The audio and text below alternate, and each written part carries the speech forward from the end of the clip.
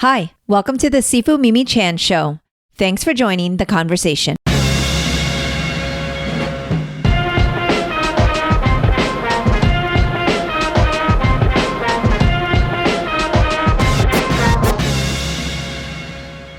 The National Asian Pacific American Women's Forum is the only organization focused on building power with AAPI women and girls to influence critical decisions that affect AAPI lives, families, and communities. Using a reproductive justice framework, they elevate AAPI women and girls to impact policy and drive systemic change in the United States. I had the pleasure of speaking with three incredible women from the Florida chapter of NAPAWF: Priyanka Jyotishi, Sari Lee, and May Thatch. Priyanka shares her story of growing up as an Indian American in a small Florida town and how NAPAWF gave her a safe and inclusive home. Sari is the National Campaign and Membership Director of NAPAWF, who leads the organization's national organizing work, including its expansion into Florida and Texas. May is an organizer for the NAPAWF Florida chapter and enjoys her work alongside other passionate AAPI women to build a space for other AAPI women to collaborate and build collective power in the state. Priyanka, Sari, and May share openly and candidly about their experiences. One of the biggest challenges in today's society is combating misinformation. I am grateful to my guests today for helping educate me. My only request is that you listen with an open mind. I'm really loving these conversations and hope you are too. If you are, please rate my podcast on your platform of choice and share it with others. If you would like to support with a donation to help keep this podcast going, you can become a patron of the show by visiting my website or patreon.com/SifuMimiChan. For comments or suggestions, reach out on social media at SifuMimiChan. Now, on with the show. Hello. Thank you so much for joining me on my podcast today. I have these amazing women from the Florida chapter National Asian Pacific American Women's Forum, Sari, May, and Priyanka. I am so grateful to be talking to you today. Oh, thank you for having us. All right. Yes. I'm super psyched. So I would love if each of you would just take, a little bit of time to share a little bit about your background and how you got involved with, can I say NAPAWF so that we're not NAPAWF is NAPAWF. Okay. Yes, NAPAWF. Awesome. Okay. So how you got involved with NAPAWF and what it means to you to be a part of it, and whoever wants to jump in first. Yeah, I can jump in first. So, I'm Priyanka. I've been a member since I think June of last year, as part of the Florida chapter. I actually got involved because my sister, used to work for NAPAWF, so she kind of introduced me, and it was really funny because I feel like I was like a pseudo member, like off to the side, because when she would do like meetings and stuff, I would kind of be like lurking behind and like just kind of like listening in, and all of the meetings just sounded so interesting to me, and I wanted to become more involved in like being an activist and just learning more about like my history as an AAPI woman, especially in Florida. So after a couple months of like eavesdropping, I finally was like, okay, I'm ready to be a member now. I love it. Yeah, so I've been a member since June, and I'm like, I think I'm an active member, working my way up to becoming a leader for the Florida chapter. Excellent. Awesome. And May? Yeah, thank you. My name is May Thatch, she, hers. I am also my family immigrated to Florida when I was about 8 years old. And I basically grew up in St. Petersburg. So I do call myself a Floridian. And sometimes that's not, that's a very conscious choice, because I know that not a lot of folks will give us good impressions when we say that. But yeah, and I was involved after graduating from University of South Florida in Tampa. I was not ready to get my master's. I was burnt out of school. And then, so I decided to kind of, pursue my, a dream that I had since I was in high school, which was join the Peace Corps. So I did that for about 4 years in Peace Corps. And I was in Zambia, which is in sub-Saharan Africa. That's where I originally went there as an education volunteer, so teaching English, but then I transferred to another position that was kind of a coordinator position for volunteers. And then my service was over, but I did not want to come back to the US really at that time. So I continued my work in Zambia in a different position, which is kind of how got involved in NAPAWF is because over there I did work in like reproductive health and reproductive education, sexuality education in Zambia. And so I worked a lot closely with our adolescent girls and young women there. So then when I came back to the US, I honestly didn't know there was like, I wasn't like really clear on what degree I wanted to pursue, but I wanted to continue in development work. And so then I found a program in San Diego, which was regarding international development and nonprofit management, but with a Southeast Asian regional track. So for me too, like I, similarly to a few other folks as API in Florida, I didn't really feel like I was super like API. Like I wasn't really part of the community outside of my immediate community. And so I didn't really look into like what it was like to be an API person, but through my program in San Diego and being more like entrenched in a community where like you saw API like everywhere, right? In California. And so from there, when from what I've learned, I wanted to come back and really continue that kind of grassroots level work and then really focusing in on Asian American issues. And honestly, a friend of mine like sent me this position. She was like, hey, I know you're like looking for positions. And I was like researching like program coordinator, program manager, because like those were the positions I had.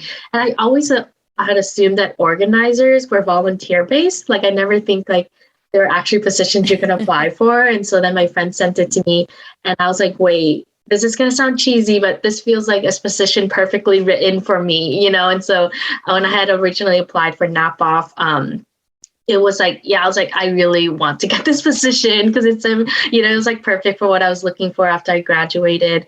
And I've been with NAPAWF since August of this year, which feels far away, but also not that far away either.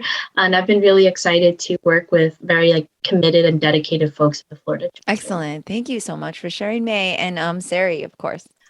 Yeah, so I'm Sari. Hey, everyone. I serve as the National Campaign and Membership Director at NAPAWF. I've been working here for the past 3 years. And although I'm not technically based in Florida, I'm actually based in Chicago, Illinois.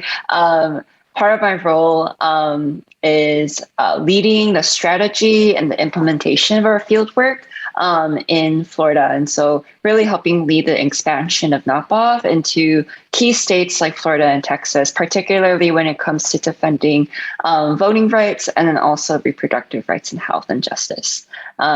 Yes. For sure. And so kind of like my story coming to NAPAWF. So I've been organizing for the past 5 years. I actually started out in high school. And really it came into movement work through immigrant rights work. And that was really the focus. A lot of that was due to my personal history as a child of immigrants. And then just like, not being able to access so many like things that a lot of people take for granted here, like being able to access healthcare, being able to access like food stamps, like things like those basic like services. And so because of that kind of experience growing up, I really just wanted to find ways in order for me to actually figure out like how do people like myself, like my parents, like the community around me, like how can we actually be able to thrive in sustainable communities? And so organizing really became the pathway for me to figuring out that answer. And so started off in the immigrant rights space, and then from there kind of jumped around to racial justice work, to labor work, and then finally found my way into reproductive justice work through NAPAWF. And I would say in the beginning that for me at my core, like immigrant rights is something that is like really near and dear to my heart. But I didn't really understand like what kind of relationship I had to reproductive rights and health and justice work, because that never, I always was pro-choice and I always believe that people should have access to abortion, but that didn't feel like something that was particularly salient to me until I came to NAPAWF 3 years ago, and really began to understand that, actually it's reproductive justice is a lot more than just access to abortion. It really encompasses every critical decision that you're making about your life, your community, and your family. And so that's where I began to kind of really understand and connect these pieces together. And And so since then, I've been working here as an organizer and finally being able to lead our Florida chapter, which was founded last year, actually, in the summer of 2020 by one of our chapter leaders, Sana. And really from there, it's been kind of like a really wonderful ride. Wow.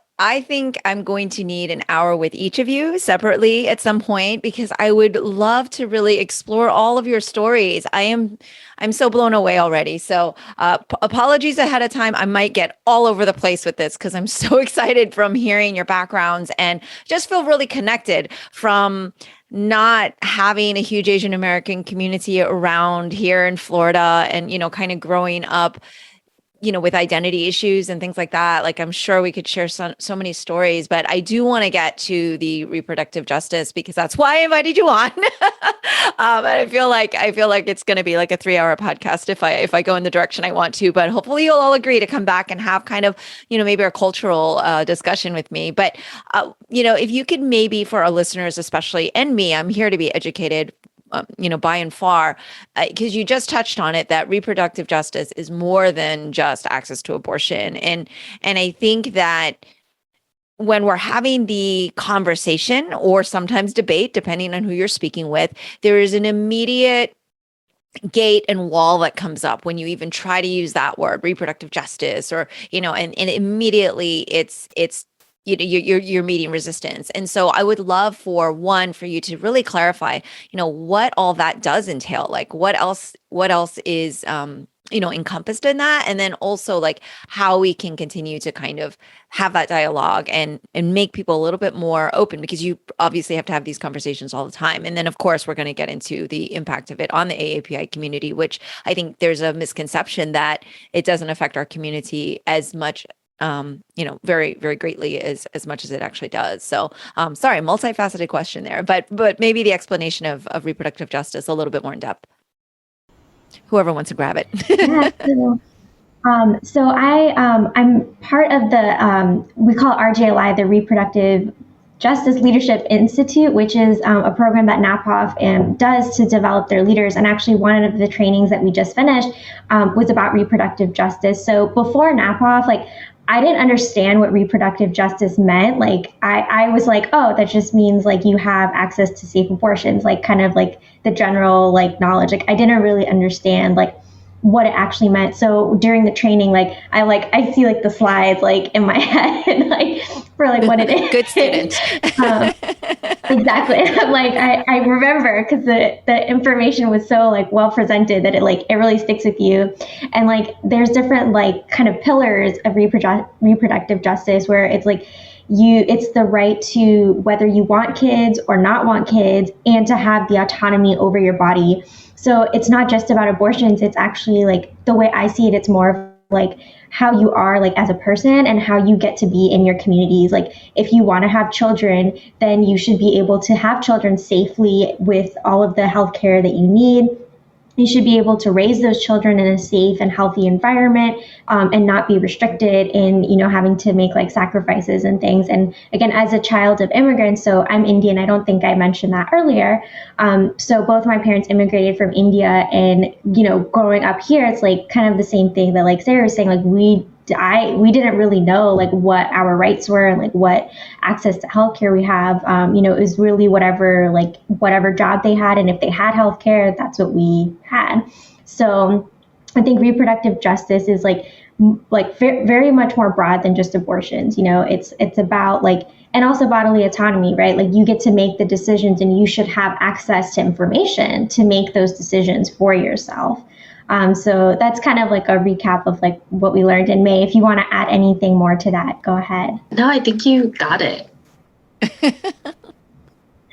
She clearly memorized the slides really well. So I love that, because it is so impacting when you kind of go through life thinking, oh, well, I have a general understanding. And then when your eyes are opened to knowledge and information, it's really kind of groundbreaking. And so of course it's really impacting to you. And can we maybe speak about now, how that, obviously there's the Texas abortion ban, and obviously here in Florida they are fighting for something. I don't know the laws or anything, but something very, very similar, if not exactly the same thing. And in particular, talking about the AAPI community, there is that misconception that, well, we're not really going to be affected as much as others, and so why should we get involved? Why should we take a stance? Perhaps somebody can explain really what the impacts are, on the AAPI community, especially because there's so many barriers that people really don't know about. Yeah, for sure. I can speak a little bit about it. So right now we do have what we call like a copycat bill from SB 8 from Texas, which is the HB, the House Bill 167. And that one, it's very similar. It's still, making like allowing folks to like, citizens to put on these lawsuits and things like that. A little bit difference from us is that the statute of limitations even increase higher than Texas. And then we even are, it's still restrictive and it's still like this high cost for folks. And really, as much as they say that it doesn't ban abortions, like they say, but we know that it does, right? Like it's making it where providers are too scared to give this service to folks, right? And most of the time too, folks don't know that they are pregnant even at 6 weeks, right? How this affects our API community is that, like you mentioned earlier, with access, we talk about language justice and the lack of language justice. So already, if you're an immigrant, you don't have the language available to get you this access, right? And now they're making it even harder for you to even know what the law is. So like if you're someone who, doesn't know where to get that information and you ask someone, and automatically now that private citizen that you ask could possibly sue you because they say, oh, you're thinking of getting this abortion care, right? And then like that adds another layer. So now it's even more hidden. So when you do want to get access, who do you reach to, right? When this information is now supposed to be hush hush and secretive. So just making it really a lot harder. And I think like us being in Florida too, when we talk about immigration rights, right, which is under reproductive justice, a lot of that conversation, they like to say that API folks aren't a part of, but we have a huge population of immigrants who are API, right? And we think about even those who had immigrated through the war in like the 70s and 80s, like they're still existing here. And do we have a path of immigration for them too? And so then like they're not even having these services. So then it just kind of continue to disadvantage our immigrant community. And with these abortion bans and these laws, what it does is that, continue to punish our immigrant community for not being able to like understand the complication of access, right? And already existing now, I think within our culture, there is also not a huge conversation surrounding reproductive health, right? Reproductive justice, or like even reproductive rights within our community. So, with not with having that interpersonal conversation, we now also are getting this actual law that is against us to even allow for us to have this conversation. Because what we were nervous about when SB 8 originally came out was that we were thinking like, are we allowed to have this conversation now? Would that be deemed as like, oh, you're giving them information, you're helping them gain an abortion, right? Like we were nervous about that. And when we think about that, if we're not being able to educate our community, then what's going to happen to them? Yeah. Yeah, absolutely. And another thing that, kind of ties into the conversation that's been widely had ever since the start of the pandemic with the rise of the anti-Asian hate crimes and, is the model minority myth that Asians don't have, low income issues. They don't have economic issues. And that's really, I'd love for one of you to kind of speak on how that also ties into the piece of reproductive justice, because I know that it's definitely an issue with, like you said, affordable healthcare and having access.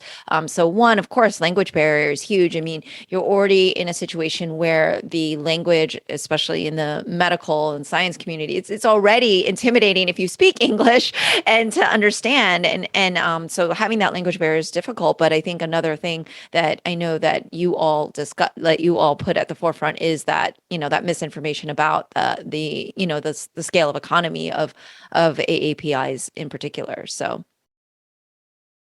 For sure. Yeah, I can jump in. So actually, NAPAWF, we have research that shows that API women are facing the highest number of long-term unemployment. And, that like goes directly against like a lot of the stereotypes that we have about our community that, what the model minority myth does is that it collapses all these entire groups that are part of this API umbrella and says like, oh, actually APIs are doing great. Like they actually make more than, like the average like white person, like, they're actually, they're in all these like really like high paying positions, like they're doing great. Other minorities, other like people of color, like they need to be as good as APIs. So it pits our communities against one another. And also what it does, it really like, puts all of us into this umbrella and makes it seem like we're like across the board, like, we're all the same and we're doing great, which is that's not actually what the data shows. And that also is not what is actually,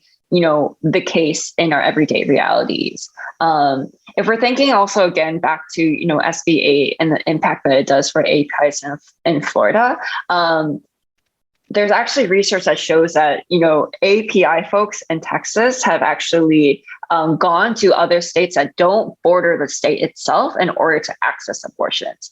And so Florida is actually one of those states where there's a lot of people in Texas who are trying to access abortion, who they actually have to, travel miles in order for them to be able to do so. And so they're coming to Florida to do that.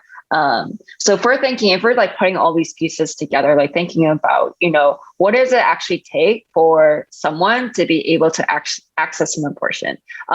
Like first they need to know that these resources exist. And in the state of Florida, there's a lot of these fake pregnancy centers called crisis pregnancy centers that essentially shame, intimidate, and manipulate people who are pregnant from, and like essentially like deceiving them from getting the care that they want in order to, actually be able to live the lives they want. And so what it does is that these CPCs, these crisis pregnancy centers, they again lie, deceive, manipulate, shame, intimidate pregnant people from and convince them from not getting an abortion when they actually do like want it and also need it.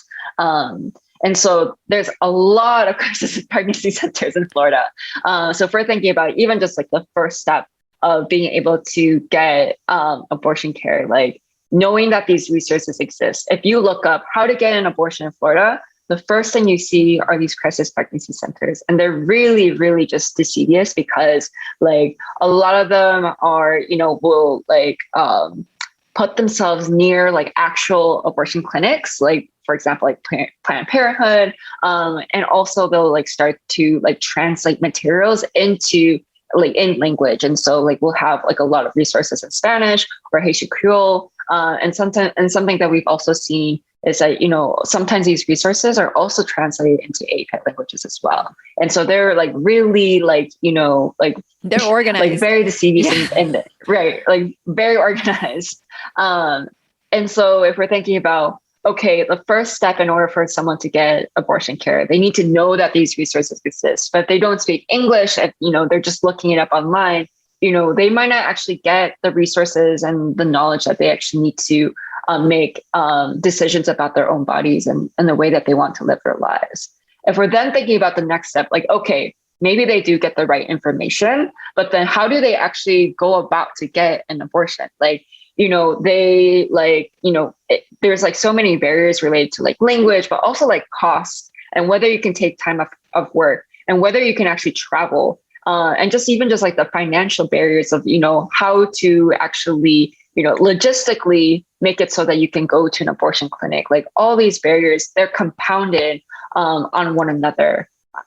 And then finally, if we're thinking about like immigration status, that being another layer, just like, kind of delving more into like what May was talking about earlier, like there's a lot of fear, especially during the pandemic. Like there's a lot of fear that, APIs have about, just like being outside, right? And then this is like fear that, a lot of us already had, especially as API women just existing in public space, but that's become a lot more, prevalent, particularly because of all the rhetoric we've been hearing about COVID.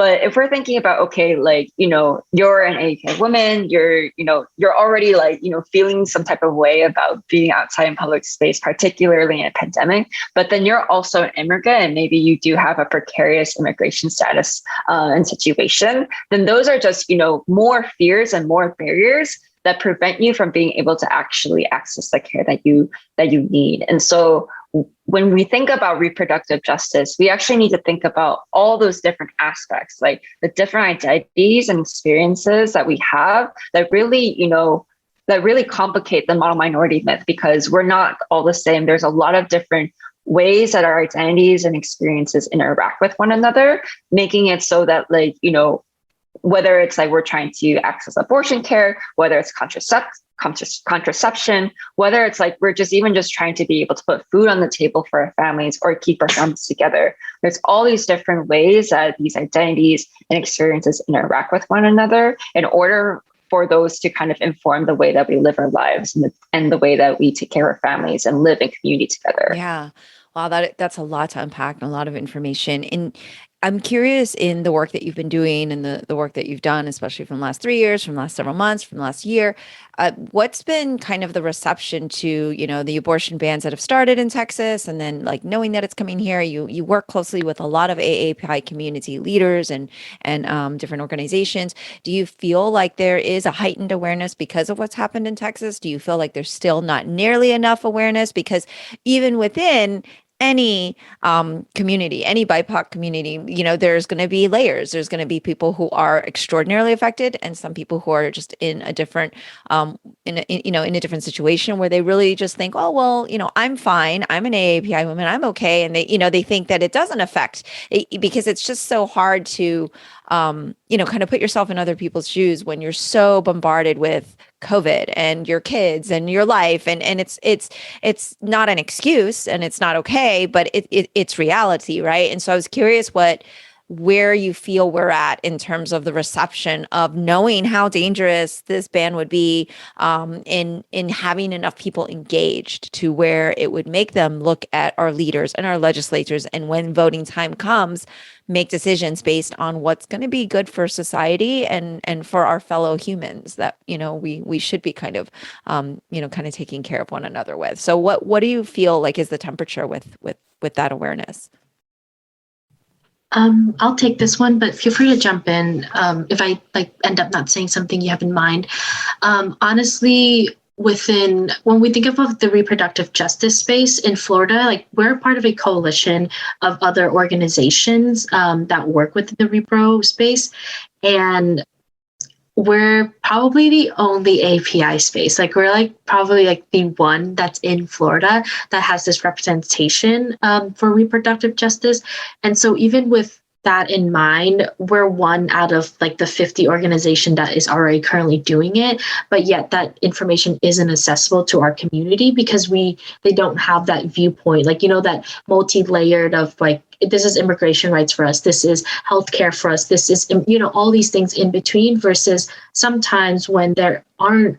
This is kind of the same for other BIPOC community too, is that when we're having this conversation about reproductive justice, sometimes different spaces that aren't BIPOC led or, BIPOC initiated, they tend to focus very narrowly, right? And they only focus on that one thing and not worry about the rest that does impact when we say reproductive justice. And so with that, it has been difficult, right? Trying to find folks to be able to even have this conversation, because another part of the API community in Florida is that, yes, we know the statistics is that we're one of the fastest growing population in the state, right? But then when you break it down, where are we and who are we within the API community? We're very scattered. There are some communities here, there's some communities there. And even if you have communities within the same county, you're also separated. I think for us in Florida, that is different from other locales that have a huge API population, is that we have our numbers, but we're still very siloed into our specific communities, right? And so with NAPAWF, what we're trying to do is become this space for folks who are from all different parts of our API community to come and convene and have this conversation. Because although, yes, we have our own like differences, a lot of our struggles or even a lot of our joy still like can affect like all of us, right? That we can like be under this umbrella. As much as we still want data disaggregation within Florida, we also need to come in as a huge community to show that like, we are this like powerful block of people, right? And that like we can make a difference when we come together to work with each other. And, and that's what my goal is for NAPAWF with as an organizer, is finding out these like pockets of our community and like having these conversations to say, right now you're really trying to get, maybe access for the Filipino community in Pinellas Park. They're doing the same thing in St. Petersburg with the Vietnamese community. Like, how do we work together to get that for all of us, right? Like, how do we like put our numbers in and like let those who are decision makers listen to what we say? And then also a part of NAPAWF is that we're trying to also develop leaders to then be those decision makers too. Like that. Those are like those, I guess, like tiered, layered future goals that we have. Is like first, like how do we get ourselves to be in community with each other, and then from there, like how do we then help each other be a part of these decision making positions and then make our voice heard, right? And then like really making this impact, because I love saying that we're a growing population in Florida, but it's like, but what are we doing with that, right? Like what are we doing for our people? What are we doing for our community? Because if we're not the ones that are at the table to make these decisions, other folks are going to make that decision for us, and they're not going to be able to know our story. They're not going to understand where we're coming from and like what we need for our community. And so it definitely needs to come from us. And so for me, within Florida, that's kind of like the gap that I've been seeing, and that goes for reproductive justice, but that also goes just in general for any other policies that we have, right? And that, again, at the crux of it too, is language access, right? Like how do we get our people to know this information? Because growing up, I remember something, when we first immigrated, and I know the whole 5-year thing with our green card, and then my mom gained her citizenship, right? All those things. And then I remember that as a kid, like I knew that healthcare was already expensive. And I knew this at 8 years old, like that healthcare is expensive and that I shouldn't get sick, because like we weren't getting, like the only time we'll be able to go to the doctors, we went to like the emergency room because we didn't have health insurance. And then me not really knowing why, like my mom would just say, oh, it's because, we're on our green card, we just can't get health insurance. And then that was it. There was no conversation about like, how do we change this? Like, why is this the rule? And, like, why is this the law? And we were just supposed to believe it. And then now being here where I am, learning more about why these laws like how these laws exist and how it affected our family, and how like we actually can make a difference, right? Like we can actually mobilize ourselves to push for our policies to change. And that wasn't something I was taught growing up, that like, you can make these changes and you can like make these differences, and it doesn't have to be the realities like, oh, that's just the way it is. We don't have insurance. It's like, wait, why? Like not even questioning that and just believing that it's a fact of life. Because again, we just don't have our folks at the decision table to then tell us like, actually, no, you can change this, right? Like you can make this difference. And so ultimately, that's really what I see as the gap in Florida, is how do we fill that to like have people believe that we don't have to just be passerbys, or passengers in this, in our like lives. Like we can actually purposely make these choices and like make a difference with our community, and instead of doing reactive work, we can do proactive work, and I think that just really comes back with like us making sure that we're building this community in Florida. Mm-hmm. And obviously through this organization and the work you're all doing. So did anyone else want to add to that, or? I just wanted to add, like, from a personal, like, experience. So I feel like personally, like, I'm kind of new to like the activism work, but like whenever I talk about it, like even with my family, like there is like a general sense of like, oh, you can do that. Like you can actually stand up for yourself. Kind of how Maya was like saying earlier, like growing up here, like we were always taught, like, keep your head down, just do your work, get to whatever levels you need to get to. be successful, but don't rock the boat, don't create a scene, don't cause problems. And so when my sister and I like talk about like reproductive justice, and like I get excited, like, oh yeah, like I'm doing RJLI and this is like what I've learned about, like it's always like kind of like a surprise to them. But I don't think it's a surprise in a bad way. It's just like I think my family and some of my friends, like they just didn't know like this was an option, like for us to actually fight and like stand up for our rights without having like these like crazy like consequences or like fear. And like yes, I still feel afraid sometimes, like because I do have like more conservative like members of my family, so like I still feel afraid. But I think one thing I love about NAPAWF is that there's a sense of like community that's really strong. Like we all have really similar experiences like growing up. And I think the fact that we're all in Florida like makes a big difference too, because I think the AAPI experience in Florida is very unique, like we've been saying like earlier. We're using very nice adjectives to describe it. I think we should probably rip that Band-Aid off a little more. But yes. It's tough. It was really tough. And like, I grew up in a really small town, and I never went through sex education in my schooling, like at all. Like I learned about puberty in 8th grade, I think, and it was a 30-minute video. All the boys and girls in the class were in it together. We learned about body hair and the girls were separated for an extra 20-minute video on periods. And I remember leaving like thinking like I don't understand this, like, and I had already gotten my period at that point. And I literally left like I don't know what I just learned. Oh, thank you for sharing that. Yeah. That is so insightful, because that kind of like goes into the realm of education, which is something that I've been really passionate working on as well. And so, but that is so true. And I really want to use this opportunity to seg into like the stigma of being the next like generation from, immigrant parents and or even immigrants ourselves, right? Like that stigma of having any sort of discussion about sexual education or reproductive health, and words like this are just very frowned upon. I don't know if it was the same in your household, but you're right.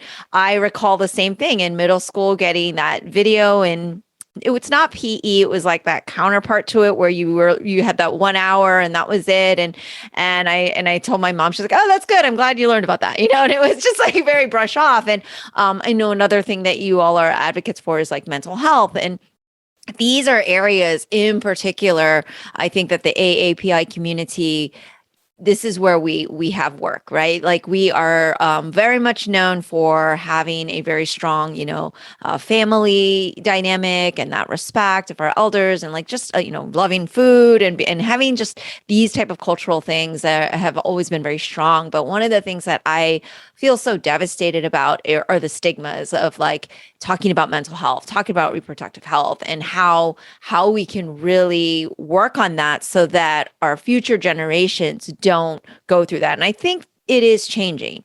I think it is changing. I mean, on a personal note, I mean, my listeners already know I've shared my story a lot, but I mean, I was like practically 40 years old before I shared with my family in the world, like my experience as a survivor of childhood sexual abuse. And so like, I'm not going to say that's because I'm Asian. I will say there's a lot of other things, but I mean, it's a big part of it, knowing that maybe this will bring shame to my parents that I'm sharing this, or maybe, and just anything to do with these, difficult conversations. I'm not saying it should be easy, but talk to me about how we can destigmatize, and what are ways that you all have discussed as, in your organization, because I'm dying to learn here.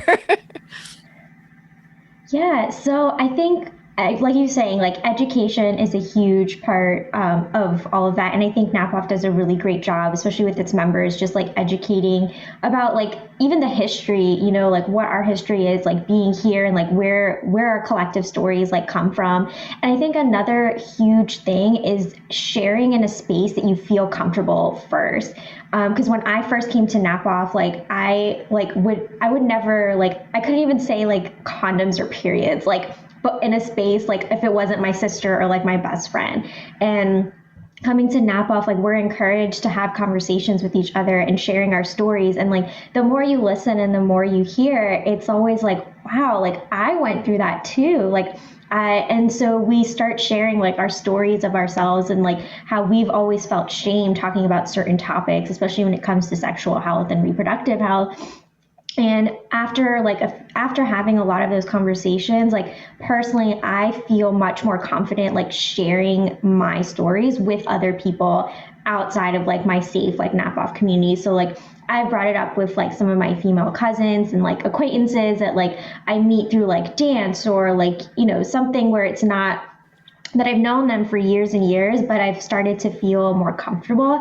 And I think that's where it starts. Like I think for an individual like level, like it's important to feel like comfortable sharing your story in a safe space. And then once you have that confidence to take that story and share it with other people, because if you don't talk about it, nobody's going to know. And I think a lot of people need to hear that like other people have gone through the same experiences, because it feels more like humanizing, and it feels like there might be a way to fix it. If there's a lot of us that have experienced similar things, like maybe we can come together and make sure that the next generation doesn't have to go through this, because I feel like, you know, if we don't know, like how do we know what to change? Yeah. Yeah, and I want to kind of like piggy off from Priyanka, just like for me, organizing has always been healing work for me, because it's been a way for me to like really understand not just like the world around me, but to really understand myself. Like, why do I care about this work so much that I'm putting all these hours, like really doing a lot of introspective work around like, what is it that I care about? Why do I care about that? Like, where does that come from?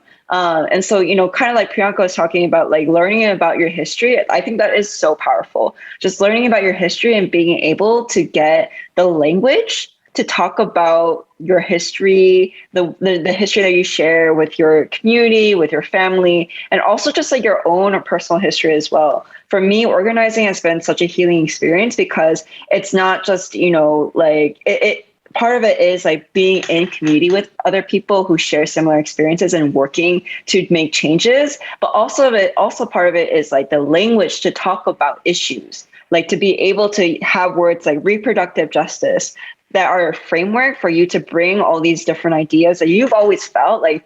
It's like reproductive justice was a new concept to me like 3 years ago, but it wasn't something that I had never like, you know, thought about it with but just like without the language of reproductive justice. Like I had always felt that way, that, you know, like all these issues are connected, but I just don't know how they're connected, right? And so I think, you know, this work in general of organizing, of activism, of being community with one another allows us to, you know, be able to develop language. And I think that's also part of it when it comes to like being able to have difficult conversations with like either family members or acquaintances or people that you're just meeting for the first time on the street. Something that we do really often and like do all the time at NAPAWF is outreach. And we don't just do personal outreach, we also do outreach to complete strangers. So like we'll go on the street, we'll go to community events, we'll go to grocery stores and just have conversations with people about what are the things that feel really relevant to their lives. And something that I've, you know, like discovered through the years is how important it is that when you are having conversations with people, especially for the first time, that you are actually meeting them where they're at. If I just like talk to an auntie who's like trying to sell her fruit like on the street about reproductive justice, she'll be like, why are you talking to me? Right. That's really trying to understand like, okay, how can I break down like these ideas in ways that I know will actually like strike a chord with people, that will actually feel relevant to their lives. So when I'm talking to that auntie on the street who's trying to sell fruit, I'll be like, you know, like, do you have like, are you where's your family from? Like, you know, like, do you have like children, like, you know, what's your experience like raising your children? And like, even if we don't speak the same language, like I've like talked to like Chinese aunties who speak very limited English, speak Mandarin, and I speak Korean, right? Like there's that language barrier, and yet we're able to break those down because we're sharing our stories, and we're, you know, being able to articulate these really complex issues in ways that, you know, are actually understandable and meaningful to our lives. Yeah. So moving into, the activism part, and you all are obviously very, very passionate. You all have, you now have the resources, you have a community, and now we need to let like everybody else know. And that's the hard part, right? The hard part is the outreach and what you just mentioned. I'm just having these awesome visions of you just walking around the grocery store, like, I'm going to talk to that lady about, reproductive health. And I'm going to talk to that person over there about, sex education. And I think that's amazing.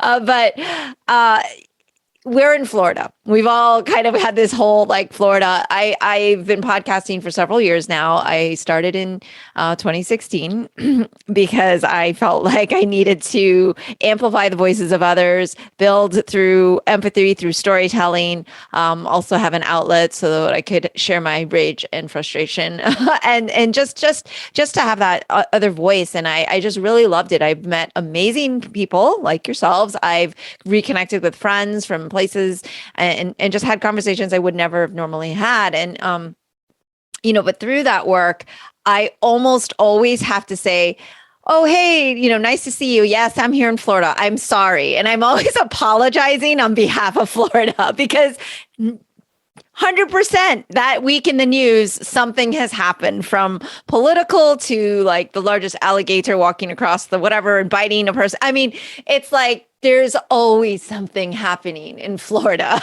And it's just like, not that I'm at all happy about what's been going on in Texas, but it like gave me a moment of where I'm like, well, Texas is kind of taking the number one spot for a second. So, but it's just frustrating, right? Because we love it here. This is my home. I, full time, my job is I teach Kung Fu, and we're established here. I mean, my school's been there 41 years.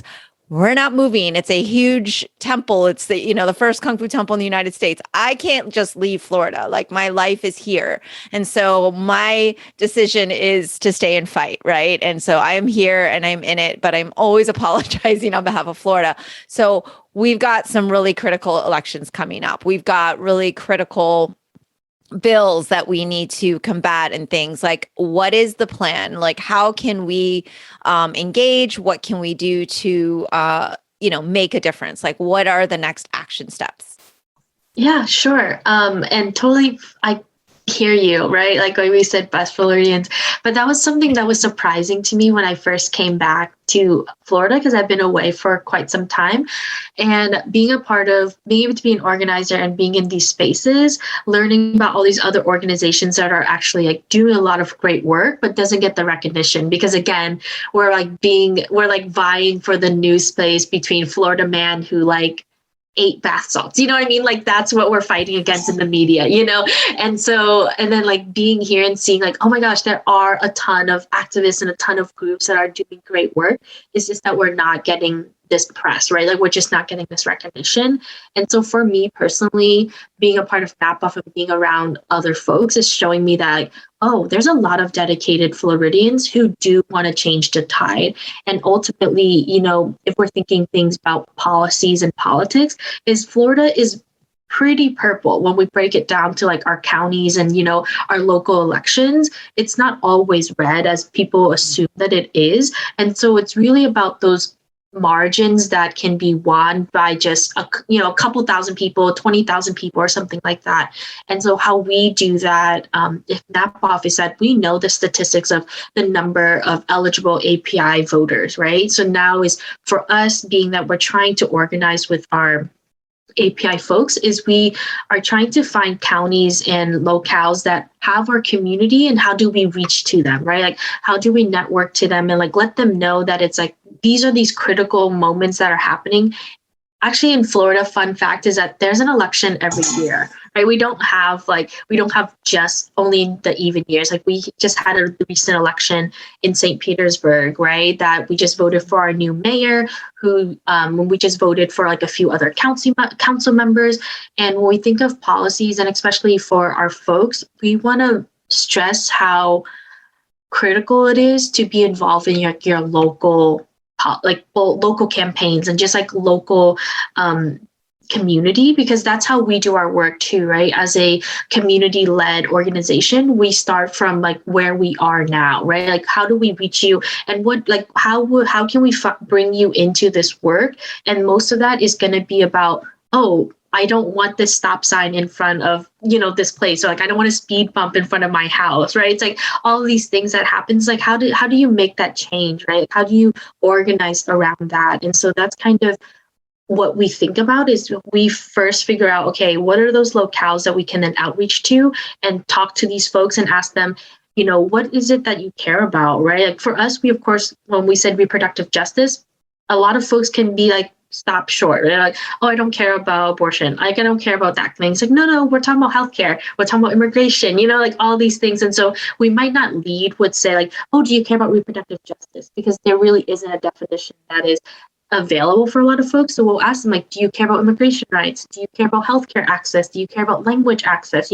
So having those conversations and like trying to figure out from folks, what are the issues they care about? So then now showing up there is an outlet for you to be able to put your voice out there and be a part of this decision making, right? And then so that's what we're doing, is figuring that out. And then once we find our locales, we also then figure out the language that we need in order to have these conversations with folks. And so when we're building our team of canvassers, we want to make sure that they're able to communicate this information in the local language too, right? I don't know, I said local language. That makes sense.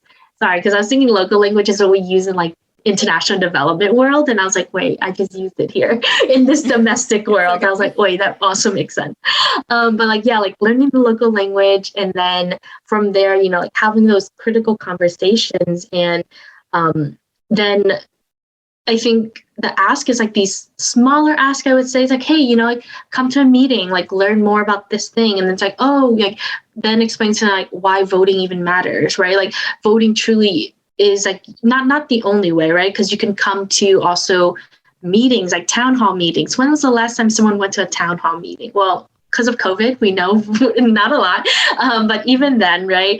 Like having those things where like, just the fact that you're able to say what you care about out loud to folks that like that's supposed to represent you, right? Like it's even like informing them in those ways too, is figuring out like where is it that is the gap for them to get activated, right? Like what is that need to happen? Because a lot of the times we are like other folks who aren't within the community trying to do this voter engagement work, is they have a lot of assumptions about our community, right? They're like, oh, they just don't know this, or like, oh, they just, whatever. And then like only target that one section. It's like, well, that's not true, right? It's like, is it because it's not accessible? Like you don't give them the language to know it, right? Like you can break down, you can give us infographics, but if they don't understand it, then like that's not going to be, really a big help to them at all. And so for us, that's what we're doing. But for these next couple within NAPAWF, starting around March or so, we're going to continue like really heavily canvassing and figuring out like, what are the issues that our community care about within Central Florida. And then from there, like, okay, so how do we get this language accessible to folks in this community in these regions, right? And we know that, like I mentioned before, we're pockets all over the state, but we found that like Central Florida really is like a critical number.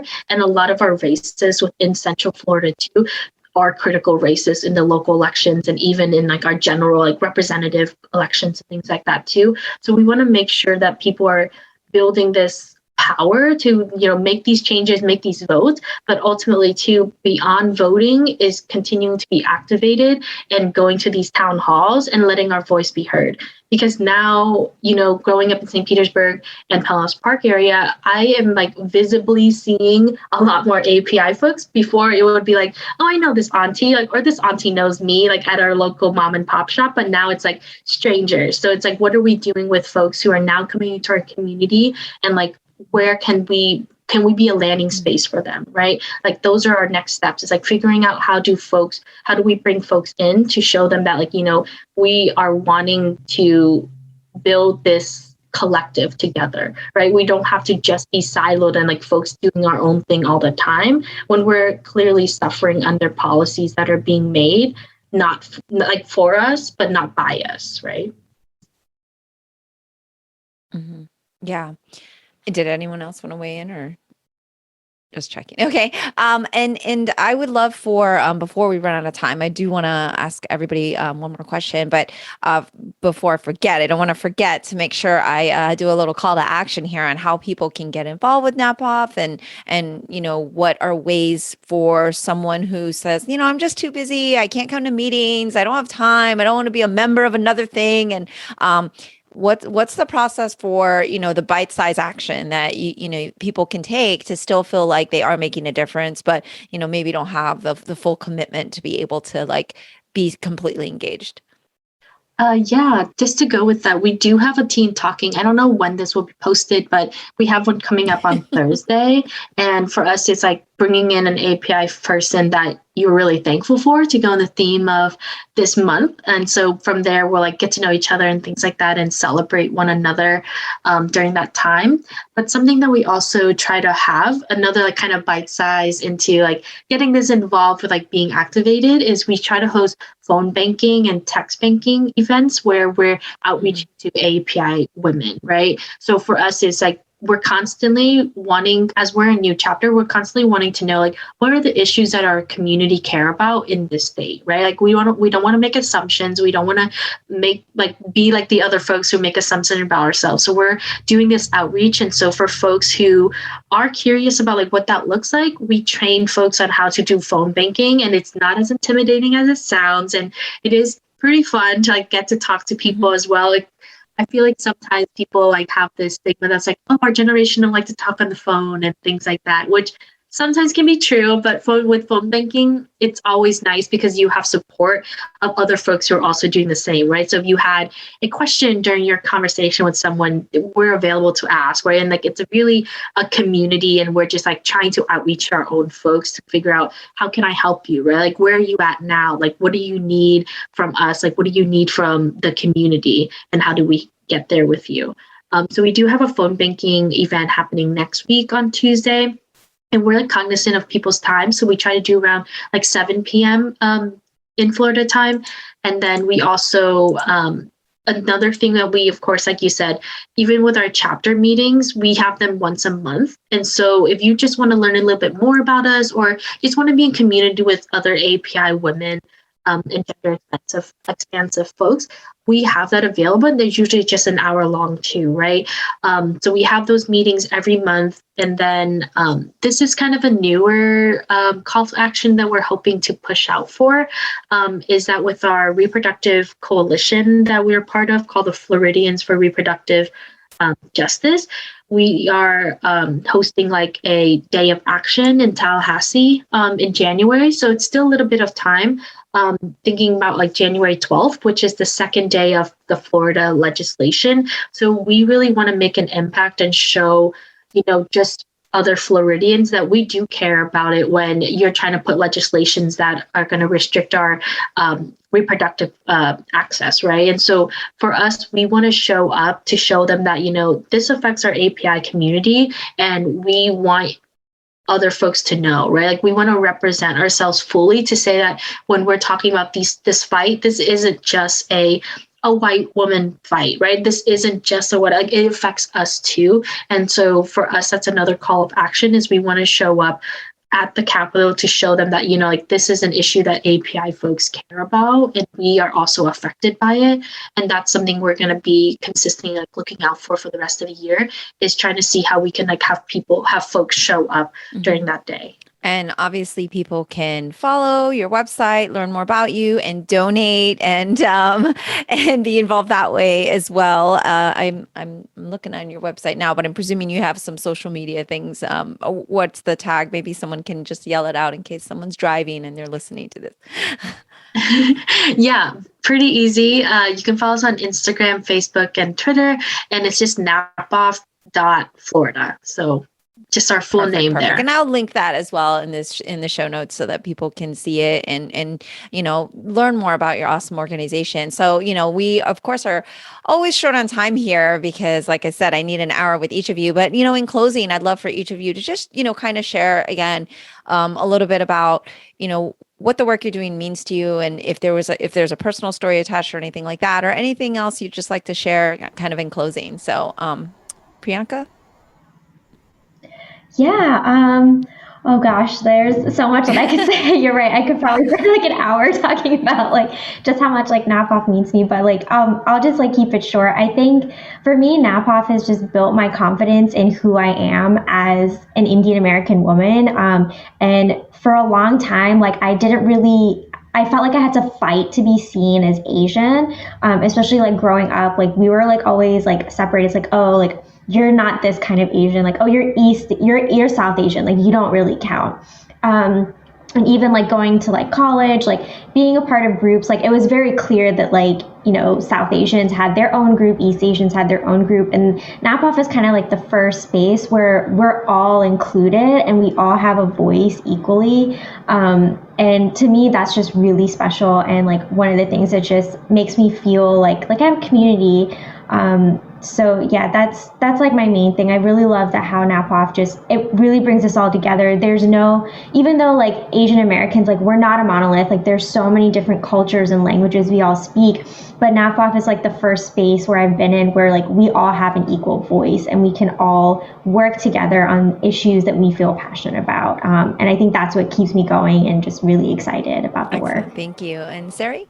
Yeah, I think, some like common threads that we've been kind of talking about throughout this entire show for the past hours, just like the reputation that like Florida has, like, within the country, but even just like internationally as well. Like people have all these thoughts about Florida. And the thing that I want to say is that, there are so many like communities of color that live here that are, affected by issues and legislation that they didn't necessarily weren't at the table to decide. Right. And like there's a lot of real opportunity for us to make real moves and changes and to really shake things up. And so I think that, if you are an AAPI woman in Florida, like NAPA, Florida can be your political home. It can be, a space for you to find community, for you to, kind of like what Priyanka was saying, build your confidence and be really able to grow with other people and start to heal from this work, from, just everything that's happening in the world and be able to heal together in community. So just wanted to plug NAPA Florida again. Of course. Thank you. May. Yeah, thank you so much also like for giving us this opportunity. For me with like this work is that it just shows me, there is so much power that we already have. It's just about recognizing that this power that we have as a community, right, as API folks, where for a long time, our society hasn't given us that. Like they've said that, oh no, like, you're fine, like you're hitting the American dream, just work hard, right? And then even within our own households, we'll then say like, yeah, you're right, just keep working hard and you get there. And not already like recognizing how much power we already hold within ourselves. And now it's just about like, how do we all use our personal power to like collectively build this bigger power and like making this stride, like making this difference. And with me, with NAPAWF is I love that we are working in this reproductive justice framework because it intersects in all of our identity, right? Some of us are immigrants, some of us are born here in the US, some of us knows English really well, some of us don't, right? But with reproductive justice and within NAPAWF, we're wanting to accommodate all of these identities because we know these identities exist and that's the reality, right? And for me, that has been so important that intersectionality is not something we strive for. Intersectionality is like the base, and that is what is the difference for me is that we're recognizing how our lives are so intersectional and like our work has to be intersectional and our solutions have to be intersectional because the problems that exist are also intersectional, right? And that for me has been really encouraging because it forces us to like repaint this narrative that there's this scarcity that we can only choose one thing to focus on or one issue to focus on when we know that when we force ourselves to do that, we'll never be able to gain that power. We'll never be able to actually make these strides that are good for our community unless we're tackling all of these at once. And we do have the ability to do so. We just have to believe it because we do have the power to make that change, right? So for me, I think like that's what I really appreciate is the fact that we don't believe in this idea that there's not enough of us to be able to do something. Like there definitely is. Like we have to believe that. Well, thank you so much. May, Siri, and Priyanka, I'm super inspired and honored to have had this conversation and excited to learn more about that Florida chapter of National Asian Pacific American Women's Forum. And I am definitely going to be interested in learning more and talking to you all again in the future, because I feel like there's so much more we have to discuss. So hopefully you'll all agree to come back and share some space with me here. So thank you for this conversation. It was great to meet everybody. Thank you. Thank you. That's all for today's episode. Thanks for listening to The Sifu Mimi Chan Show. Please subscribe and rate my podcast on your platform of choice and leave a review. You can become a patron of the show at patreon.com/SifuMimiChan to help keep this podcast going. Follow me and interact on social media at Sifu Mimi Chan on Instagram, Twitter, or Facebook.